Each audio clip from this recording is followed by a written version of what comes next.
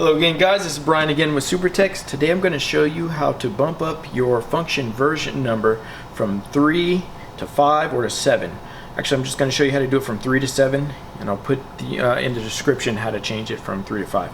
So first, if you want to check what function version you're on, just hit Menu, Utility, Device Information. You can see this one's on version 5. We want to bring this one to 7. Now before you do this, you want to make sure that your firmware supports it.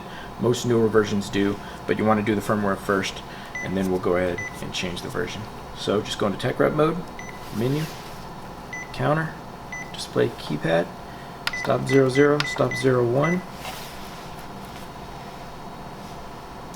select System 2, Software Switch Settings.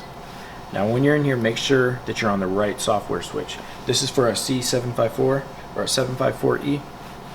So just go ahead and hit switch number 25.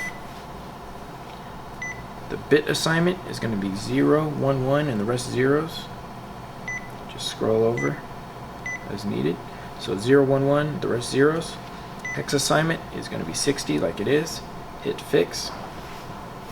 Just give that a second. It will beep when it's done, as it did. Now it locked it in. Go ahead and hit N. We're going to go ahead and turn it off.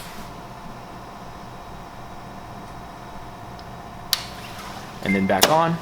I'll pause the video here and then I'll show you that the version changed.